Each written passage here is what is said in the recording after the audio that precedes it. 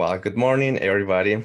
I'm happy to be here one more time, and this time talking about controlling pests and diseases in the garden, something that is a challenge for most of us every time that we want to be gardening, and that's something that always we have some animals and other organisms that they also want our delicious vegetables that flowers that we are growing in there. So, okay, my name is Christian Acosta, agricultural educator from Cornell Cooperative Extension, and today we're going to be talking about a short introduction about the just pests and diseases. What is that about?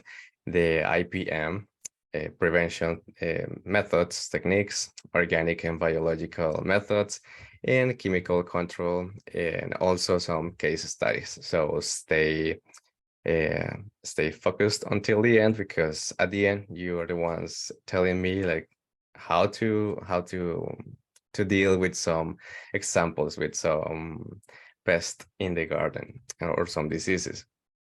So the objective for today is to learn effective methods to control pests and diseases in your garden. So uh, of course there is a challenge in there, but it doesn't matter if we are always doing a couple things. It's not too hard, it's not too difficult. We can keep our plants healthy. So why this is important? So the importance of pest and disease control. So if we just plant our seeds in there, the plants start growing, and we just leave the plants in there just by themselves. So well, they are exposed to many, just thousands of organisms that can be animals, can be big ones like deer, like rats, wolves, etc. But also tiny organisms like bacteria, fungi, some organisms that we cannot just see by eye. We cannot just see that they are in there until they start attacking our plants. And then is that moment is when it's not that fun, when we are just concerned about what to do, because well, nowadays we have a lot of information on internet. We also can go to the stores and just see on the shelves a lot of products, but sometimes we think that it's so easy, just go and grab a product and we uh, apply our product in the plants and then nothing is happening. So this is when we realize that we really need to learn about this and learn how to control the pests and diseases.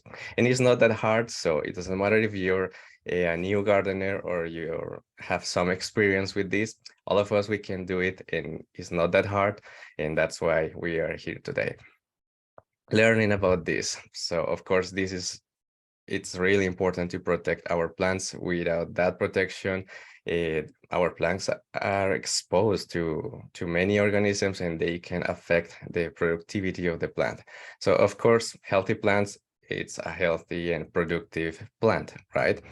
That's what we want. That's why we take the time and the money and the effort just taking care of those plants to produce our food or produce beautiful flowers or indoor plants, have something alive in the house too. So of course, we don't want our plants to be attacked by anything. And unfortunately, that's just nature. That's how nature works. And we have a lot of especially microorganisms that it's harder to control sometimes. So also the pest. So for example, if you have rats in the garden, or especially like rats, it's a perfect example. If they are in contact with another animal, that probably that animal is sick. So also that can be just spreading diseases that can also affect you. It's not also affecting the plants. So that's why it's not only attacking and affecting our plants, also attacking and affecting to our body, to our pets, etc. So this is really important to be controlling the pests and the diseases. Also, now that we're talking about diseases, so diseases can reduce a lot the productivity of the plants, and it depends about how like how strong is that fungi or that bacteria can kill completely the plants and destroy everything. And this is why I put this example, that this is an oil palm tree. So probably, well, this is not common here in your state because this plant needs a lot of heat. They love the heat. So from these fruits is why they are planting the oil palm tree, because from that fruit there is oil, and that is used in a lot of products like makeup and food, and well, there is big um, a big use, a lot of companies using that. But there is a tiny, tiny microorganism that is this one. That's Phytophthora. That's the name. Well, many of these names, they come from the Latin language, so it's a little hard to pronounce. This one is Phytophthora palmivora is the name, and it attacks specifically this plant. And this plant, it takes years, sometimes 3, 7, 9 years to have a big palm tree. And then this one can kill completely all the palm trees around in less than a week. So this is why it's really important to be taking care of our plants. So of course, in this case, something similar to this disease is about blight. So the blight in potato. So is also Phytophthora is the same, not this one, exactly the same one, but the same family, is in the same type of microorganisms. So that's why it's really important to be controlling our pests and our diseases. So of course we have many pests and diseases around the world, millions of different strains, different species. So about New York State, we have the common ones that are the ones that we can see here. So in order, you can see the Japanese beetles, that when you're studying entomology, it means when you're studying the insects, this looks like so beautiful, but it's not that beautiful when we have this insect in our garden, right? And also aphids, when we have the stink bugs, the spider mites, the white flies, the caterpillars, also the soil mites. These ones are tiny. You barely can see these ones. Same like with the spider mites. And the white flies, the earwigs, and the slugs. So they can be all around these areas, and probably you have seen most of these ones around eating our plants.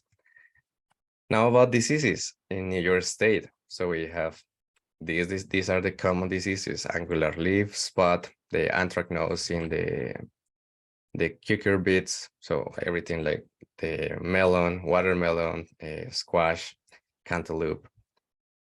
The downy mildew, that it looks like some cotton on top of the leaves, and it's not that easy to remove that one, compared with the powdery mildew that you easily can just remove that from the leaves.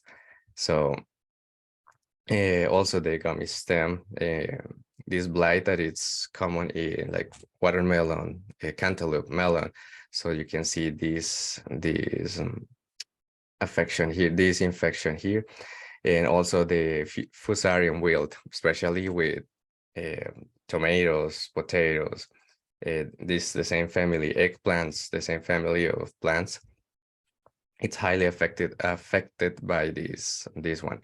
Same like the Phytophthora, like we were mentioning before, the Phytophthora blight, also in potatoes, in tomatoes, and eggplants, and this family of plants. And brown spot, this is just common ones, because of course there are more, like for example the gray mold in tomatoes. That's also a common one, but especially in greenhouse conditions. So we can have more than these ones, because as I mentioned, there are many microorganisms out there. So before start talking about how to control the pests and the diseases, we have this term that probably you have heard about this, and probably think, oh, yeah, I have read about that, or yeah, I know something about that, and I have heard something about that. And it's the IPM, that is Integrated Pest Management. So before moving forward, something about IPM.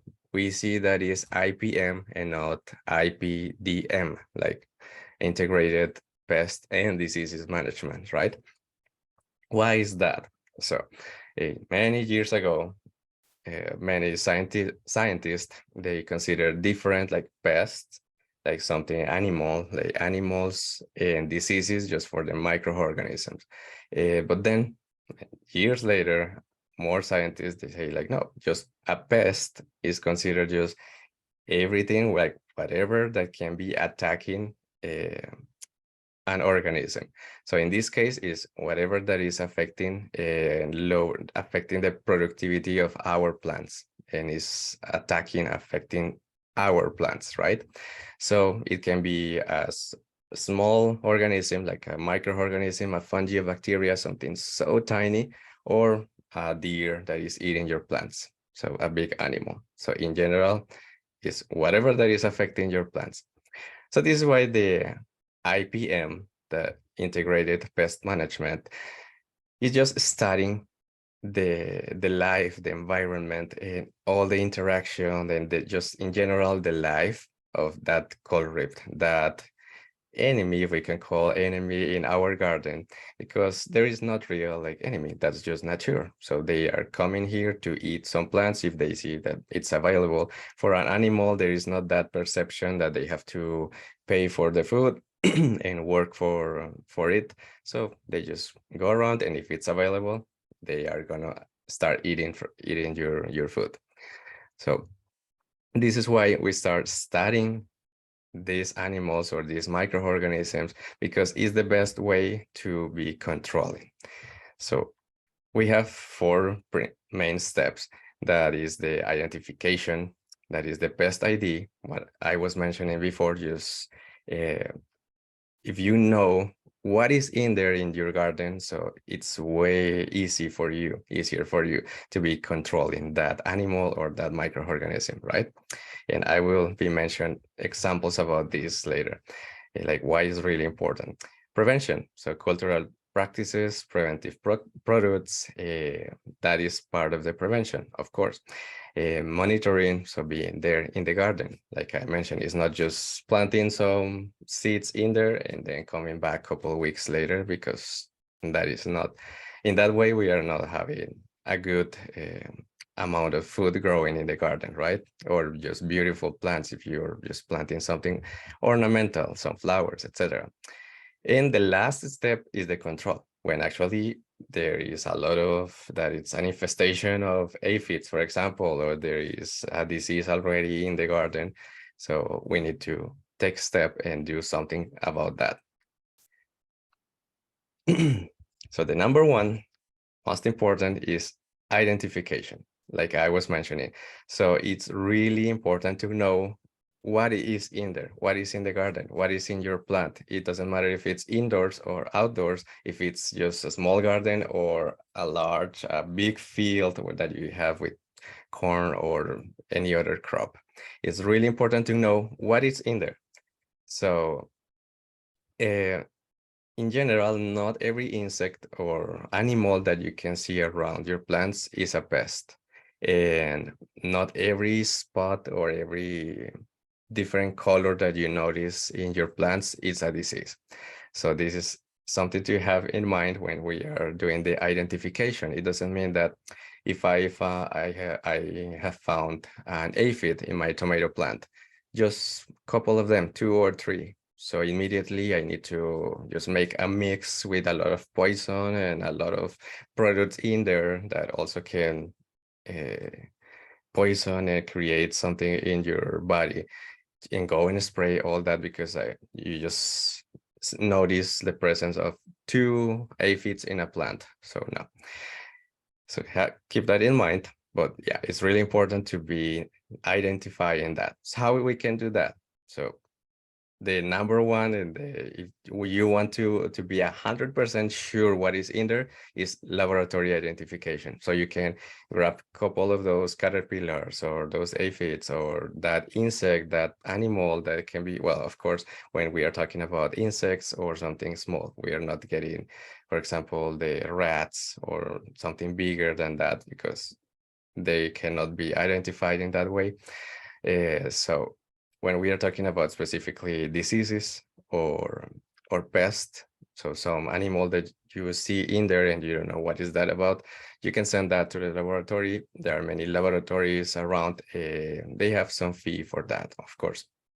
So sometimes, especially if we have a lot out there, so it's worth it to be paying for this and identifying our insect, our disease that is out there. Also, the cooperative extension. So we are happy always to be helping, and we can identify. Sometimes you feel free to take the picture. If you see something in your garden, take your picture, something clear picture about the insect or the disease and the leaves and what is happening also in general, what is happening in there, and send to the cooperative extension. So if we don't know what is that, we can be searching and sending emails to someone that may know what is that about, some experts in the area, and we can help with that. But it's not like 100% the identification, and you will see that in the emails that I send back, or that we can send back at some point, that okay, by picture that looks like something, that it looks like this, it yeah, that looks like this. So you can keep reading, keep doing your research online, comparing. And if you're almost sure that, yeah, that's a moth, that's a caterpillar, that's a aphid, that's this disease, so okay, you can start now looking for the products to be controlling that, or reading about how to control that disease or that pest. And also I have to mention that there are phone apps. Now there are apps that they identify diseases and also pest, just separate, just an app for insect ID or a disease ID. And you take the picture to the plant or the animal, and with artificial intelligence and with just the use of internet, they just try to match with some pictures online, and then the app tells you, okay, that is a moth, that is this or this or this. But it's not that accurate. And I have tried this, and if the pictures are not really clear, is they are not really high definition, so it's not the app is not accurate. So I just a couple days ago, I had someone asking me about that caterpillar, and I knew that one just because I had experience with specifically that one, and I used the app just to try, and it told me that it was something way different, totally different. So the apps, the ID apps, there are some that they are fantastic about plant ID. And yeah, they are very accurate just for the plants, to know what plant is this, what weed is this. But about animals, about pests, about diseases with microorganisms, they are not that accurate. Also, like when you're doing with the Google, that sometimes you take the picture and then Google try to make the match to look some pictures similar to your original picture, but this is not very accurate. The second step that we have to control our pest is the prevention, and always prevention is better than being later just concerned, and sometimes it's not worthy when there is a lot of insects or a disease and it's too late to be controlling. So it's better to prevent that from happening. So you can be doing this, getting the plants, that disease resistant plants. And it doesn't need to be like genetically modified organisms like the GMO plants. Just sometimes you can see the envelopes that it says F1 or F2. It means that scientists, they have been playing with the pollination and cross pollination to keep the best of the plants and to have bigger fruits, to have resistance from some plants, because of course you notice that sometimes when there are a lot of pests and diseases, there are a couple plants that they are healthy and they are not affected. So that's what these scientists, they take and start playing with this and pollination and try to keep that resistance from the plant. So also the proper plant selection. I always mention in my classes and just in person, well, always I mention that you need to be picky, very picky when you are in the greenhouse or in the nursery, when you're getting your plants, your seedlings, because it's not just going and take the first one and take that home. No, be picky about just checking the plant and move the plant if something white start flying around. So no, avoid that, because that's white flies probably living in there. So avoid that. Check the leaves, and okay, they are not sick. They don't have any insects in there, or some tiny points that they are moving around the plant. That is an insect. So avoid those plants. And if even it's the last plant in the greenhouse, take the time, that extra time, to drive somewhere else and get in healthy plants. You need to be that picky, because just one plant is enough to have a infestation in our house. Because if you realize, these animals, they are tiny ones. So let me find a picture. For example, this one. So, well, you can see that they are tiny ones, so they cannot fly, or, well, some of them they can fly, but not a long distance. So why they are in your house? Why they are there? So we are the ones bringing the insects, the pests, and the diseases to our house, to our garden. So this is why I always mention, be picky when you go for your plants, and just always look. And because, of course, even when you're picky and you're looking for everything, there are tiny insects or the spores of the fungus just there that you cannot see just by eye. So also, when you bring the plants at home, don't put directly in the garden or close to the other plants that they are healthy. Just quarantine those plants, couple days, 1 week, 2 weeks, that they can be in a different spot. And also, if you want to do it, just to make sure, you can spray some insecticide and fungicide, both insecticide, fungicide. That can be organic one. You don't need always to apply a chemical product. There are many organic and highly effective organic pesticides, and they are not going to affect you. And in that way, you just make sure that the plant is healthy. So also the proper sanitation before touching the plants. When you're pruning, for example, for the tomatoes, if you're pruning tomatoes, if you're moving around, weeding and doing a lot of things in the garden, but you're going to be touching your plants, the vegetables and the ones that you want to be healthy, try to use gloves and have some disinfectant. It's something so simple that you can mix water and just in a proportion, water and vinegar, a proportion like 2 cups of water and half cup of vinegar. And in this way, vinegar is a good fungicide, for example. There are products in the market, or if you just want to put a little bit of that organic fungicide and or little organic insecticide in a cup and mix with water, so you can be cleaning your hand, cleaning your knife every time before pruning and before moving to another plant. So in this way, you just make sure that you're not spraying any disease or any pest that can be, especially about diseases with the tools. So disinfecting the tools, especially when you're cutting parts of the plant. And also the application of organic insecticide, like I was mentioning before, the organic insecticide or fungicides. And just a tip that I give you here is, after being pruning or harvesting, just taking parts from the plant, that creates stress, and we opening the door for especially fungus. Just the plant is there exposed for those fungus to go easily in the plant. So something that personally I also do is when I'm pruning, and it can be hours later or just after being pruning or harvesting, I spray neem oil. So this is the plant. So here, the neem oil, and you can find this in every store that you can, where they sell agricultural products. You can find the neem oil, and it's not that expensive, and it lasts for a long time.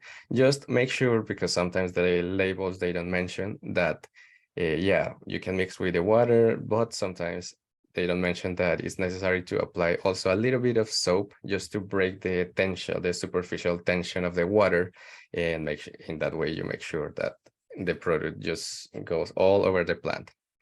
And this is a nice way because the neem oil, it works as a fungicide and insecticide. So you don't need two products, you just need one product. And in this way, you can be applying every week or every 2 weeks, especially like today that it was raining. So go again and spray. And this is a nice way to be using these products, and it's safe. You can use these also indoors. So of course it has a strong smell, but it's not going to affect your health or your animals at home. So this is safe to be using indoors with your plants. So the third step that we need to be controlling our pest is, of course, monitoring, and it's really important. Just always be like attentive and be looking to your checking your plants, and it's not like I mentioned, just okay, I put my plants here, I just leave an automatic irrigation system and sprinkle, or just some dripper, so I make sure that the plants, they have some water, and then leave in the garden for 2, 3, 4 weeks, and then coming back. So no, of course, you need to be there for the plants, especially when we're talking about pests and diseases. So always try to just have a journal. So what is happening in the plant? If you notice for example, two aphids in the tomato plants. So, okay, now there are two aphids. You don't need to be concerned about that, just for two aphids that you can see there. And also there is something like this word that you can see here, and it's action threshold. So this is nice because that is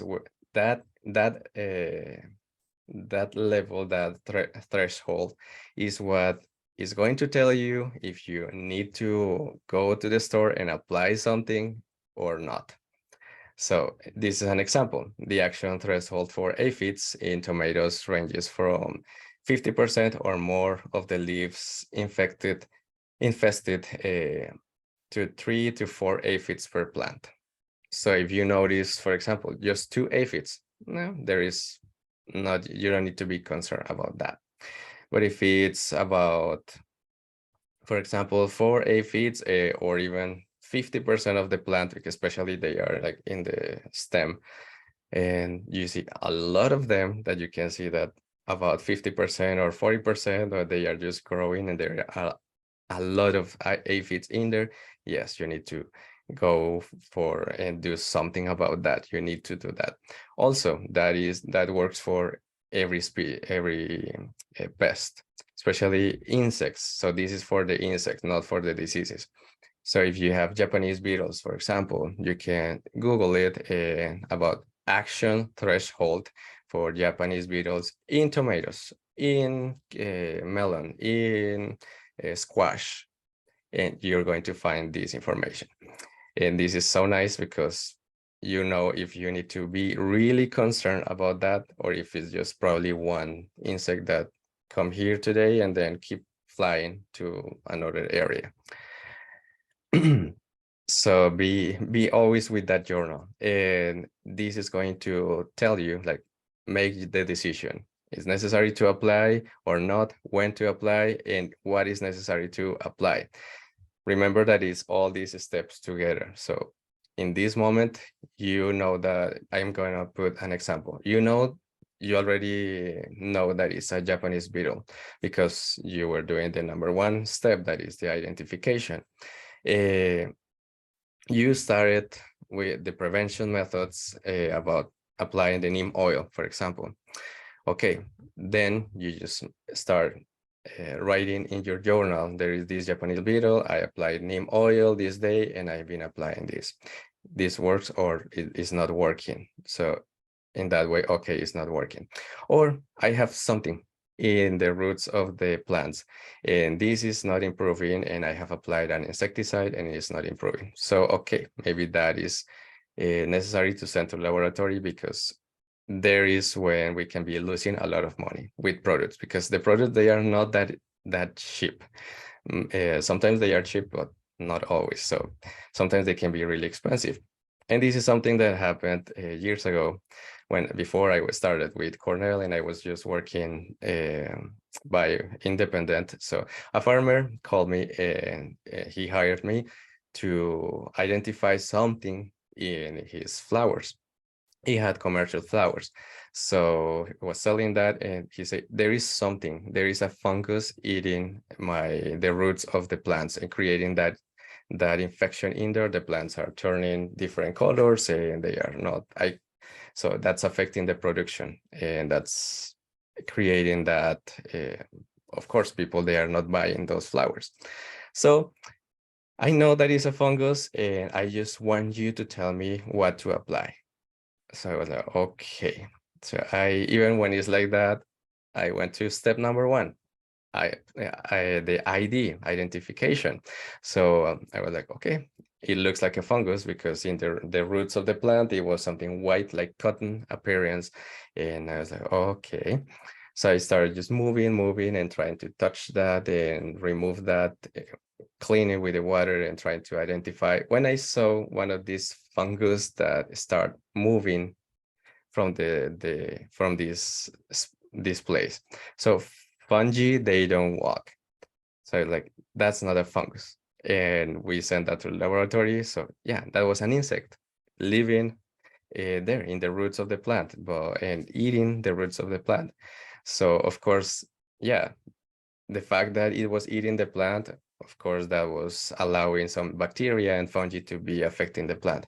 But the reason, the root of the problem was the insect. So he was applying a lot of fungicide and spending a lot of money with fungicide when he needed insecticide. And once he started applying the insecticide, the problem was solved, happy again. So that is really important. That's why it's important to be doing this step by step. So in this case, insecticide for insects, fungicide for all fungi, bactericide when it's infections by bacteria, nematicide. So when we have nematodes, that they are like tiny, if you want just to picture, because I put the picture here, and it's just like microscopic worms that they are living usually in the roots of the plants. And finally is the time when we can be controlling the pest. So how to do that? And number one, to control pests and diseases is because we are monitoring, right? So we are just being attentive to everything that can be happening in the garden. So if we notice that something start growing on the leaves, and the leaves start changing colors, so okay, we can be just, for example, removing that part of the plant and throwing that affected leaf far from the garden, because we don't want to keep that, if it's a fungus, so the spores, they can go with the air or with water, so we don't want that. So just far, or in the garbage, or burning that, so it's not living there, that microorganism. Using repellents, so that's one way that we can be just taking everything far from our garden, and is when we spray something that makes the plant like not attractive for the insects or for the animals, because it smells bad or it tastes bad, tastes different. So these repellents, for example, you can create your own ones with garlic. It's highly used. Garlic can be used for this. I'm going to be talking more about some examples about this, and the crop rotation. So of course, if you have carrots this year in this place of the garden, next year you can start planting tomatoes or potatoes. Always is really important to make a successful crop rotation, and it's about replace the crop with something totally different. And here the key is family. So of course we don't know the family of every, like the tomato, the carrots, the Brussels sprouts, but you can find this online. So you can just type tomato family. So you see the taxonomic division there. So okay, family Solanaceae. In that way, you can see that, for example, if you want to rotate crops, tomatoes with potatoes next year, that's not going to work because it's the same family. So the pest and the diseases affecting tomatoes also can affect the potatoes, also can affect the gooseberries or the eggplants or the peppers in general, all the peppers. So just look about the family of the plant and change the family, something totally different. In this way, the pest, they cannot be just being there and just getting stronger year by year to the point that they have that resistance for insecticides or fungicides or everything that you spray for them. Also, the tillage. So you can be mulching just by hand weeding and hoeing, just removing the weeds and removing things just around the plants. Mulching, that's another way that you keep some, like for example, the slugs, animals that they go walking, ants, or just keep a natural barrier, a natural protection, a natural shield from the plant. Also with some traps. So you can see, this is an example, and this is something for the flies, especially the fruit flies, some flies that can be around the plants. So yeah, these ones are highly effective, and you have something like that they feel attracted, and then they go there and they cannot go out of there anymore. So they are not affecting your plants. Also with this one, the sticky traps. So that is just by the color. Usually you see that is or blue or yellow, sometimes like magenta, because those are the colors that they feel attracted. That's why when you have, especially at night, you can see that all of them, they come flying around the light. So this is also an effective method. And also using the physical barriers, like using a different crop or using like different, how to explain this, like using another crop just to attract those insects and not affecting the principal crop. One example, corn. If you want to grow corn, you just want all the flies and all the insects to be attacking something different and not the corn. So plant beans or the pumpkins that they are not affecting the corn, because the corn start just growing. The pumpkins or the beans, they are just going to be on the and just lower. So it's not that competition with the corn. And the insects, they are more attracted to these plants. And if you realize just in your garden, look about the squash or pumpkins, they are stronger. They can resist, they can tolerate more that that pest or that disease or that something that is affecting the plant. So in this way, the corn is healthy, and all of them, they are affecting something different than the plant that you want to be growing.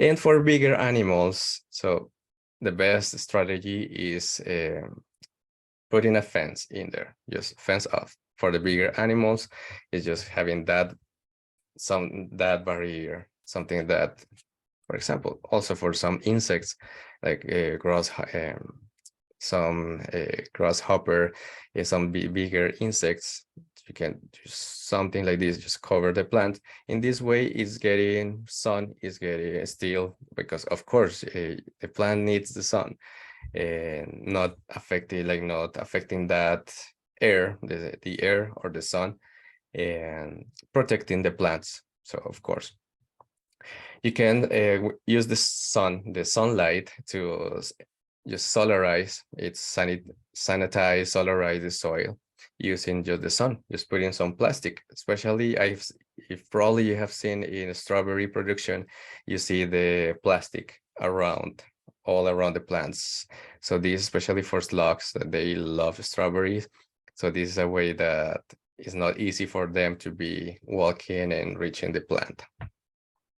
Also, when you're planting and harvesting, just the fact that you harvest or be pruning and doing things in the garden, for example, late in the afternoon or at night. So it's not the same that doing it early in the morning. So when you're planting, when you're harvesting, always try to do it early in the morning, because especially also when you're watering, if you're watering uh, late at night, that is going to create that perfect environment that the fungus, they start growing, the fungi, they start growing. But if you do it in the morning, the plant is going to be dry. So just, of course, we need only the soil to be with water to be wet. And the plant is going to be dry at night, so there is not that risk to have the fungi growing in there. Also, when you're harvesting, so you create a stress in the plant. So if you do it early in the morning, it's going to help the plant to recover. And at night, it's going to be dry, and it's not opening the door for the fungi at night. Also, with some cover crops that, as I was mentioning, something that you can have growing in there around the plants. So in this way, the little and some insects, they can be affecting that cover crop and not your vegetables or your flowers or the plants that you want to be growing. Also the allelopathy. So it's just one example, putting the rosemary in the middle of the garden and putting some plants around it. So that creates, just by the smell and that these oils, natural oils, that creates like a natural repellent for insects. Same with the stinging needle. So that is one that, of course, you need to be careful about that one, because yeah, that can affect your skin, but it's also good to keep away some diseases and some pests too. And there is something so nice, so wonderful, that is just a gift from the nature, and it's something that happens every single day, and it's biological control. It's using natural enemies to get rid of the pest or the diseases. So there can be parasitoids. It means something that go and put its eggs in the insect or in the other insect's eggs, and in this way, it's like someone doing the job, doing the work for us.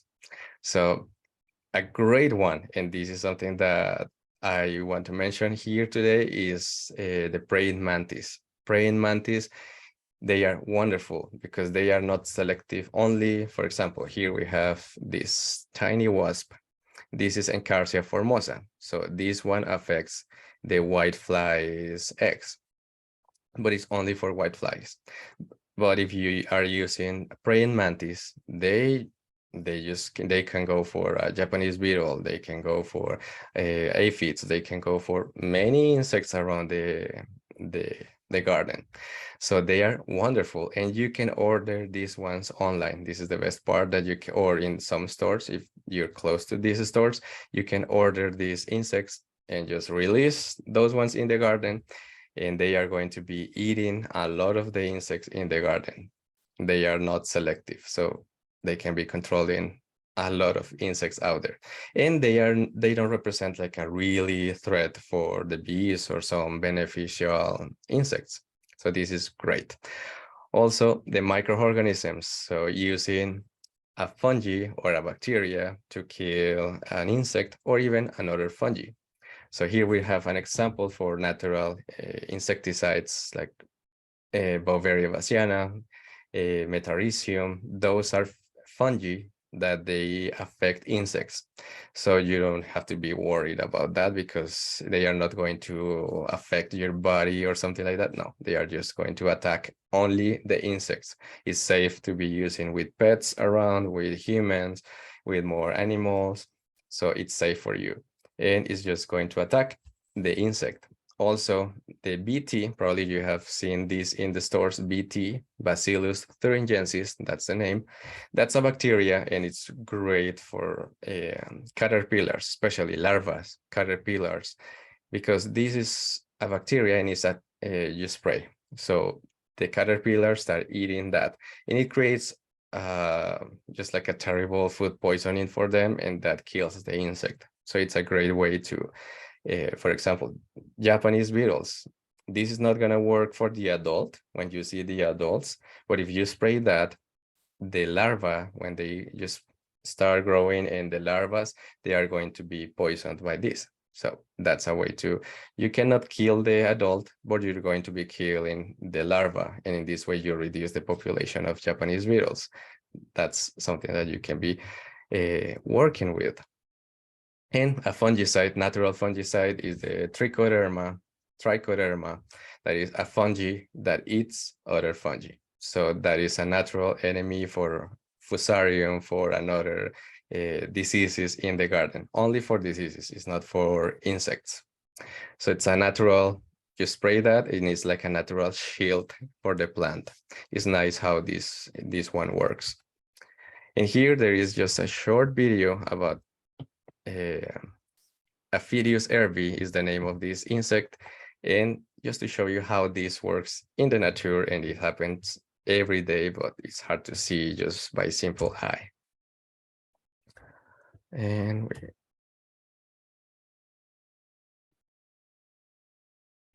we can hear this one. So as you can see, this black wasp, that's the parasitoid. So that's a natural enemy for the aphids.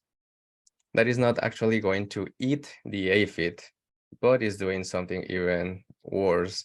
That is, look, in this moment, is this wasp is just putting the eggs inside of every aphid, just putting one egg in every aphid. So it means that this egg is start growing and start feeding from the inside of the aphid. So yeah, it's a slow death. And then they just go away, and they keep doing this with a lot of them, a lot of the aphids. And the eggs start growing in here, so the new wasp start growing inside of the aphid. And as you can see, all of them, they are dead. And at some point, the new wasp is going to go out of this body. You can see it's moving inside of the aphid body. And then all of those aphids are dead. And more wasp flying around and controlling naturally. Look, this is the moment when finally this wasp go out of the insect, out of the aphid. And that's it. Now this wasp is going to be flying around and putting more eggs in more aphids. So they are doing that control for you. They are killing all those aphids. So like this, there are many examples. And this is just one of those examples. And yeah, when you see those movies about aliens, something growing out of the person, so they take that reference from something that actually happens in the nature, not for us, but for these insects. So yeah, it's a little hard how they can slowly kill an insect, but it's a natural way to be using natural enemies to control those pests. This is just a small biological control cheat sheet, and especially about insects.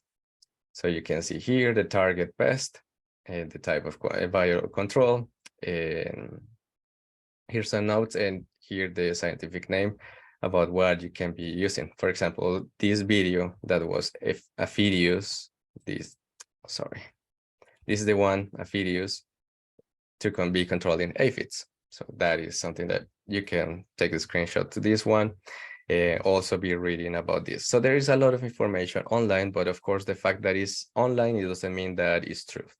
So just especially like right now, there is a lot of misinformation out there and people just learning how, teaching others how to kill plants. That's what I see.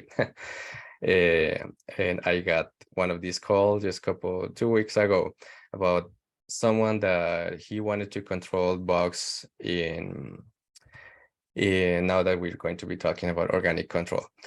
He wanted to control some bugs. He never mentioned what bug was affecting his zucchinis. And he saw in those, I think it was a video or something online, about someone teaching how to be spraying vinegar to get rid of those bugs. But actually, it doesn't help. So vinegar, it just, how to explain this, is just like a vacuum, like to get the moisture, the water out of the plant. So that dehydrates the plant. And of course, he wanted to kill the bugs, but instead he was killing his own zucchini plants. So be careful about what you can be reading online. I always tell you that just I cannot be teaching you each one by one how to control one by one, because we can be here for hours and hours and hours talking about this. So just in general, you know to look for that culprit in the garden that is affecting your plants. And yeah, you can Google it, but try, and this is the tip, this is the advice, try to get the information from a university, for example, Cornell University. We have a lot of resources about this, about many topics, gardening, about fruit, trees, etc. About universities, cooperative extension, research, just research projects that you can be reading, the journals, scientific journals. That's just a reliable source. That's the point. That's what I want to mention. So of course, be careful about these home remedies, about this organic control, because it's nice. And trust me, it works. If you are using it, for example, the neem oil, a garlic spray, even you can be doing the garlic spray. You can find in the store. Also for the bigger animals, you can find there is a product that is like powder, is granulated. And when you spray that, is for deer, voles, or the bigger animals. And when you spray that all around the garden, you can feel the garlic, the smell of the garlic. So of course, you can be doing that too.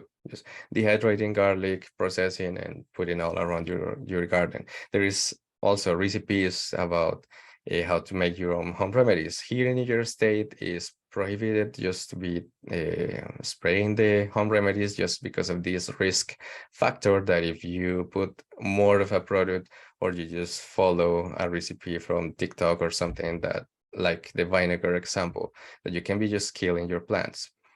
So we always follow, if you're going for the products in the store, always follow the instructions on the labels. Don't put a little bit more just to make sure that it's effective. No, just always follow the dose.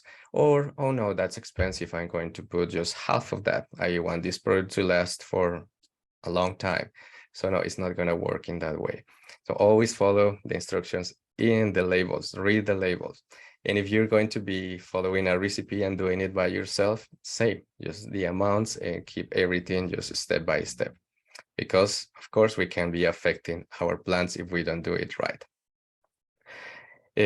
So organic control, we can be using the garlic just for example, the aphids. It's so simple, like soapy water, just a little bit of soap, of course, that without bleach, something in the soap with no bleach or whiteners, just like hand soap, something that simple.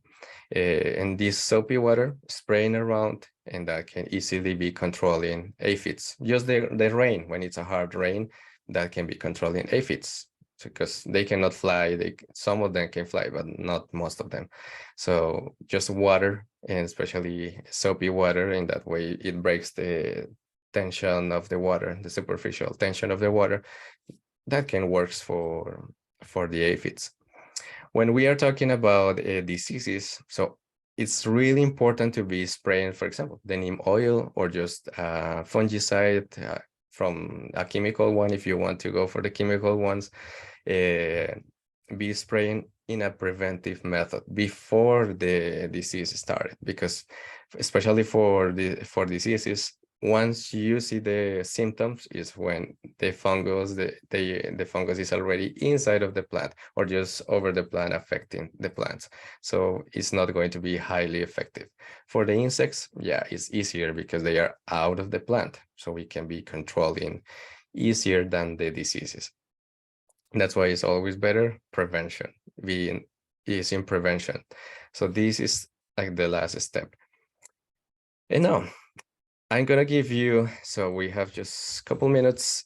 I'm gonna give you 3 examples, 3 case studies. Just pick the one that you want, and then you can unmute your microphone and let us know what is your opinion? What would you be doing in this case? So this case number 1, this case study number 1. So John, he's a new gardener, and this year he's growing asparagus, onions, and tomatoes. He has an automatic irrigation system, so he leaves the garden and come back after a couple weeks. After this time, now he notices that there is a Japanese beetle on the asparagus bed. He is concerned about this, but his friend Frank, who is a scientist, tells him not to worry because the action threshold for Japanese beetles is 6 to 8 larvae of the Japanese beetle per square foot. So John leaves the garden and then come back after a couple weeks. And now there are Japanese beetles everywhere and the plants are in bad shape. So what went wrong? What would you be doing in this case? This is the number 1. Number 2. So Alexis is an experimental gardener and she grows a lot of food in her garden, also a lot of plants indoors. So this year she wanted to try a new variety of flowers coming from another state. She's so happy with the new flowers, but she notices little spots on the leaves. But she thinks it's okay, not big deal, and put the new flowers directly in the garden. 2 weeks later, all the vegetables and ornamental plants are turning yellow and brown. Some are already dead, and it looks like a fungus. She applies trichoderma. Remember, trichoderma is this biological fungicide. She applies trichoderma to control the disease, but there are no results, and 70% of her plants outdoors and indoors die after 6 weeks. So what happened here? And how will you be controlling this? And the number 3 is, well, your neighbor ask you if you know a good control method for chipmunks eating his carrots and lettuce and destroying the beautiful flower beds in the garden. He has never seen them, but he thinks the bites are from a chipmunk. So you remember a video from internet where someone suggests using a pesticide cocktail to kill chipmunks, mixing multiple insecticides, fungicides, and rat poison. So you share that life hack, and he says that he's going to try it. Next day, your neighbor's wife comes to your house to tell you about her husband being at the hospital. He got poisoned, and their pets are suffering poisoning symptoms too. And the vegetables are still getting bitten by something. So what would you do in this case? Think about it and feel free to unmute your microphone and give your feedback about the what cases study, number 1, number 2, number 3, and what it went wrong. What would you do in that case?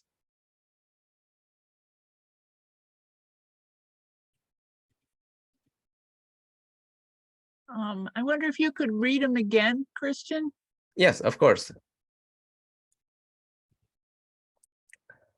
This is number 1 about John, that he's a gardener and he was growing asparagus, a vegetable garden, and he thought that just having an automatic irrigation system, so to keep the water in the plants, he just lived for a couple of weeks and then he comes back. There is a Japanese beetle, but a friend who is a scientist tells not to worry because the action threshold is 6 to 8 larvae per square foot.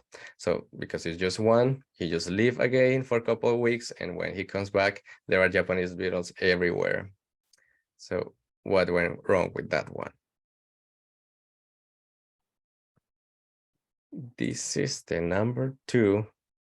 That is an experienced gardener, and she grows a lot of food in the garden, and she wanted to try a new flower that comes from a different state.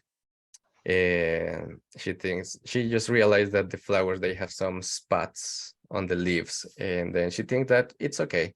And she puts directly in the garden. She puts the flower directly in the garden, and then a couple of weeks later, everything starts turning brown and yellow. She tries to use a natural control method, but it's not working. And at the end, 70% of her plants die after a couple of weeks. Study number 3 is the neighbor who is asking you for asking someone for advice, asking you for advice, and you just share a life hack, something that you saw online about just creating a mix of a lot of pesticides and fungicides and a lot of like a poison cocktail to kill the chipmunks, even when they never have seen the chipmunks. He thinks that it's a chipmunk, but they don't know for sure that it's a chipmunk. And the next day, the neighbor's wife comes to tell that his husband is in the hospital because he got poisoned by all that cocktail that you suggest. And still, the vegetables are being eaten by something. So at the end, it didn't work. So what would you be doing in this case? Well, I have also in the chat, you can share these solutions.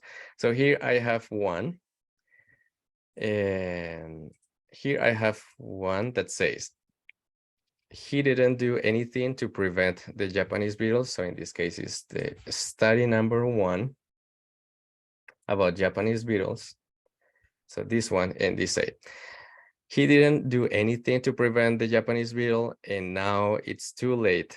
Much easier to prevent than to try to get under control once it's a big problem. So yeah, and they've also agreed not enough monitoring. So yeah. Christian, you might mention where it says that the scientist says the action threshold. That's part of the IPM protocol. But it does require, as Jeff pointed out, monitoring. I mean, he could have come back, say, the next day, Yes. and he would have seen that action threshold, meaning do something. Because the basis for IPM is don't just spray on a schedule randomly, indiscriminately, because that's what you're supposed to do. It's wait until, observe and monitor, and wait until you believe you need to take action. So that's what that phrase means, the action threshold. And he could have seen that even that same night.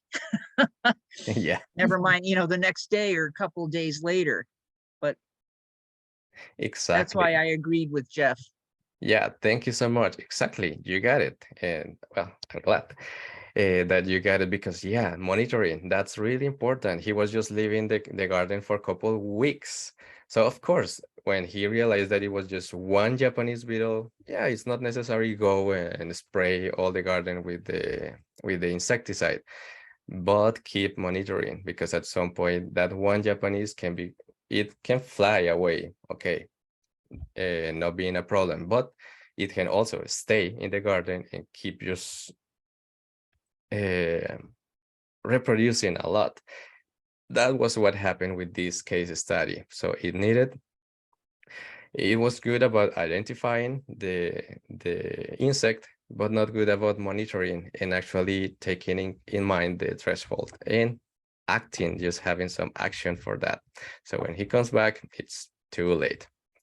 Okay, so now in this, okay, next message here in the chat. So agreed, case 1, for the case 1, failed to monitor. So case 2 probably should have quarantined the plants. And case 3 didn't identify the pest and use pesticides in combination without valid authority. Great comment. Great.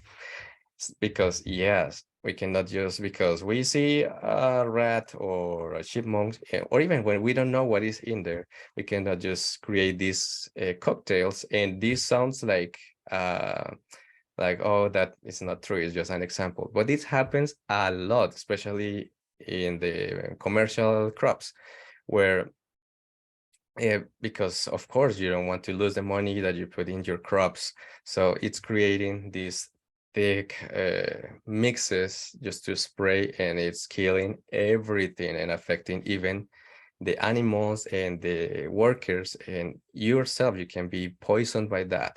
Unfortunately, there was a case many years ago when I was down in Colombia working with the oil palm trees, a case where because of the same insecticides, they were just spraying the insecticide, and it was a powder one, because there are some insecticides that they can be just be applied only the powder, and he was just breathing all that, and it was too strong that it was enough to kill that guy.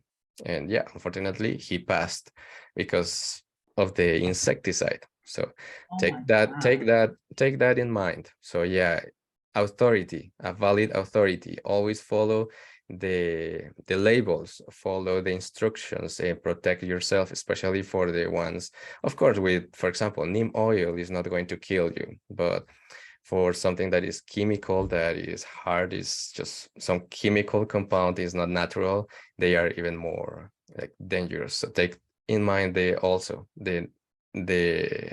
local regulations. Okay, so here Christine mentioned she should quarantine the plants before planting, need to ID, and she thought fungal and applied the wrong control, case number 2. So, okay, of course, it's really important to, if you notice that there is something in the plants growing in there, those spots, it's not like, oh, it's okay. When the plant grows, it's going to be okay. So no, that can actually kills the plant or just start a new disease in your garden, and it's going to be hard. The trichoderma that I mentioned here, that in the example, that's good. That's a good preventive method, and it's the fungicide. It's an organic fungicide, but preventive. So it's not like when the disease is already in the plant, start spraying trichoderma, because it's not going to work. The disease is going to go inside of the plant, but the trichoderma is not going to go after that the disease. So no, it's going to control when it's out of the plant, just as a preventive method. So in this way, it wasn't, she failed about quarantine and about using a control method that was preventive and not really to control the problem. Terry, number 2, when a new plant comes into home or garden, isolate, identify the spots on flowers. And for this case number 3, case number 3, monitor on what is eating plants and vegetables. Yeah, that's really important. Identify and monitoring. So as you can see, the IPM really works, but it's just taking that time to be doing the step by step. In case number 3, the chomping sounds more like a woodchuck. So yeah, that could be a woodchuck, that could be a mole. And he never really saw the chipmunk eating the plants. And instead, he was just killing, affecting himself, and just going to the hospital because he was poisoned, and also affecting the pets that they had at home, and not really controlling the problem. So this is why it's really important. So of course, okay, now we are running out of time. And of course, like I mentioned, 1 hour is not enough for a topic that we can be studying this for months and months. And this is why also